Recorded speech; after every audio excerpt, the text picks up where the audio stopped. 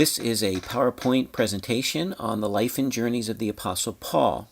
We'll do this in two parts. The first will focus on Paul's background and identity, and then the second, his missionary journeys and the letters that he wrote during those journeys. So let's look at Paul's background.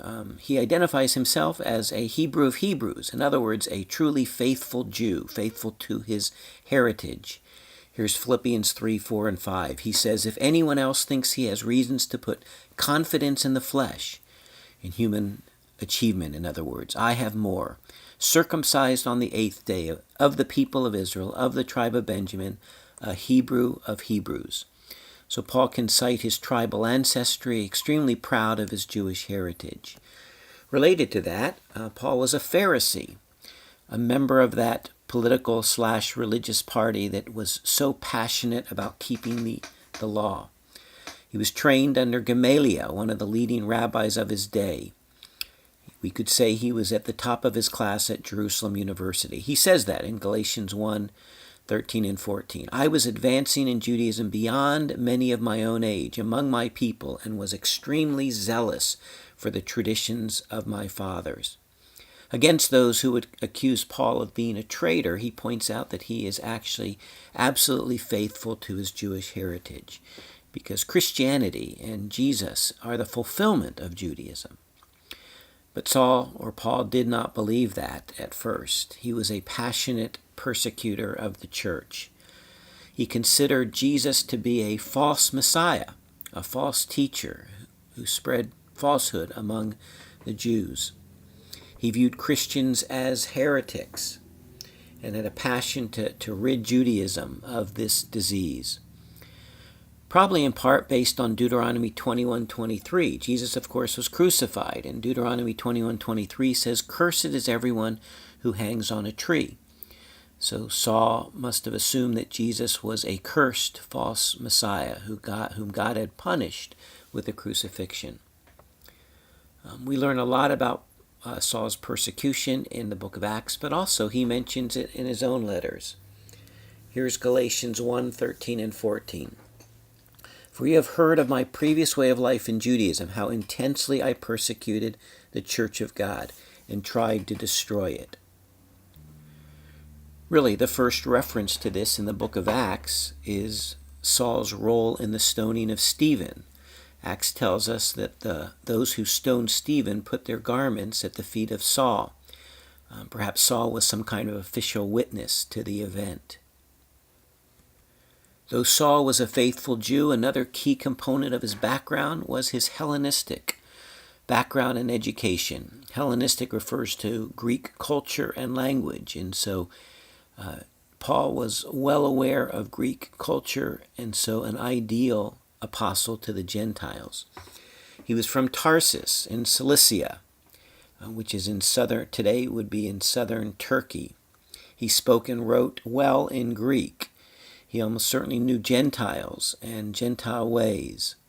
And as we mentioned earlier, Saul was his Jewish name, but Paul was probably a name given to him at birth as a Roman citizen. This Jewish and Greco-Roman background made him uniquely prepared by God to be the apostle to the Gentiles. A fifth characteristic of Saul, or Paul, that's interesting is that he was a Roman citizen. This was a rare privilege in the Roman Empire. Citizenship could be gained by birth if your family were Roman citizens, or reward if you performed some service for the Roman government or the Roman army, or it could be purchased. Now, technically, it was illegal to purchase citizenship, but bribes were often used to gain this position. The privilege of citizenship meant exemption from flogging until you had had a trial, the right to a Roman trial, and then ultimately the right to appeal to Caesar. If you were found guilty, you could appeal the decision to Caesar.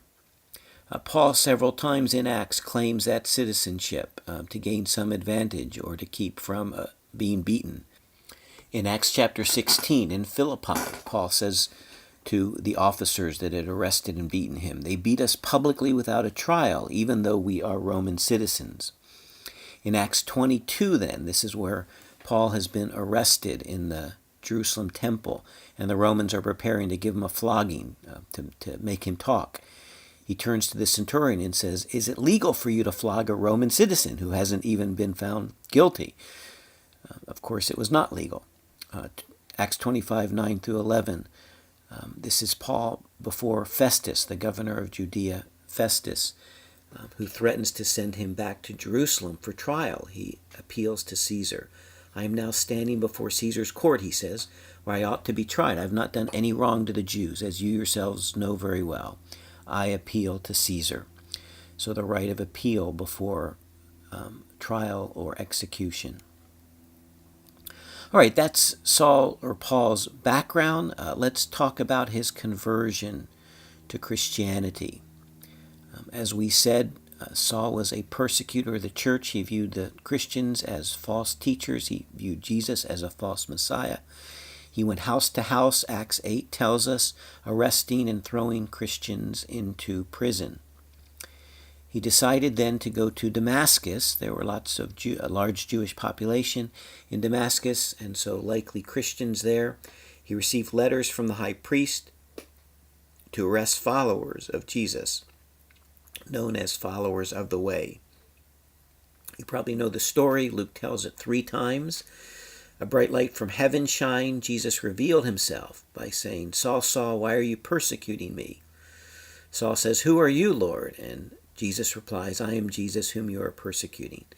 And Saul immediately recognized that his whole life was in the wrong direction, that he was working against God instead of, as he thought, working for God.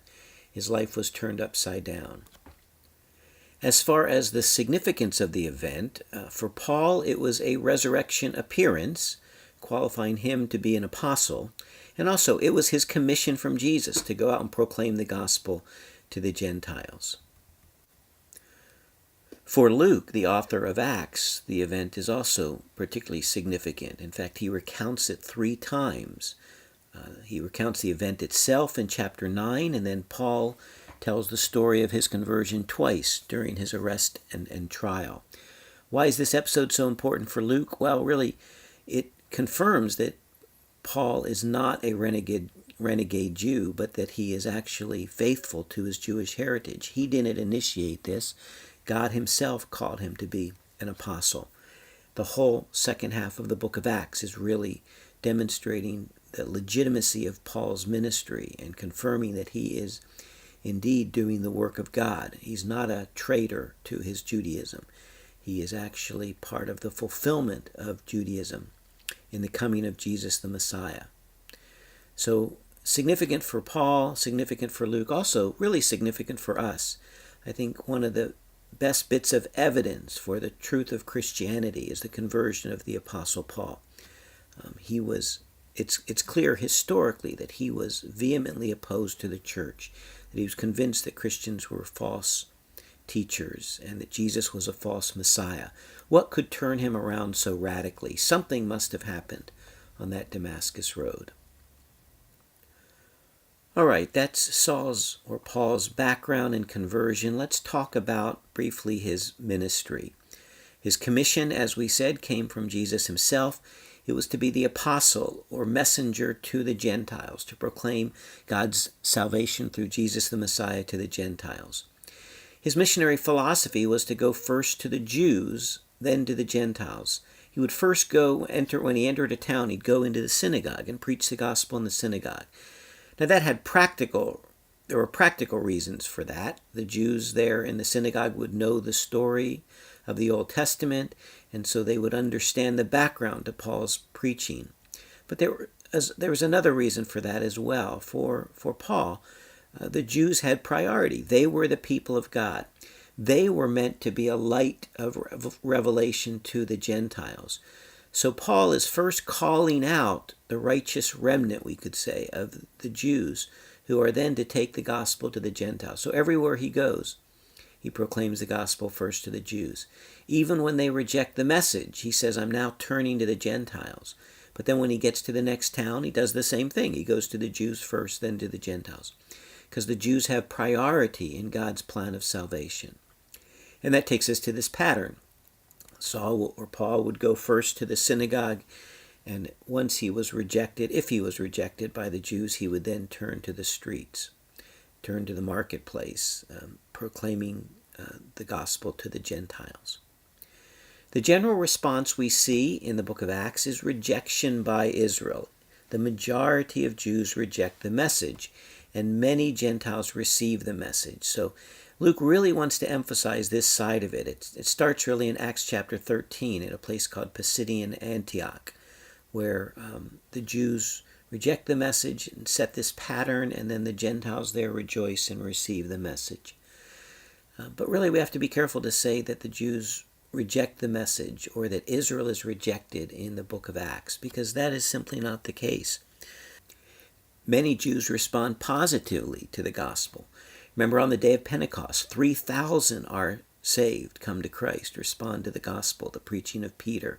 By chapter 4 of Acts, there are 5,000 or so believers. By the end of Acts, James talks about myriads, thousands who have come to Christ.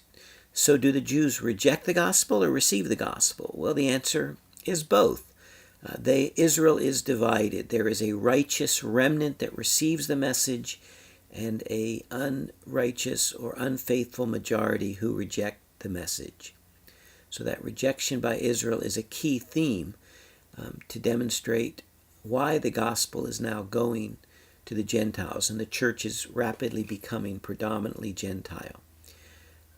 Acceptance by the Gentiles was also predicted in the Old Testament. James says that in Acts chapter 15, and Paul says that in Acts chapter 13.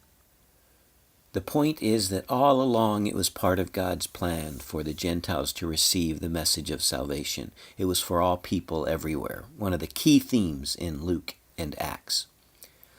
All right, that's a brief summary of Paul's background, identity, conversion, and ministry. In our next session, we will turn to the journeys, the missionary journeys of Paul, and the letters that he wrote during and around those periods.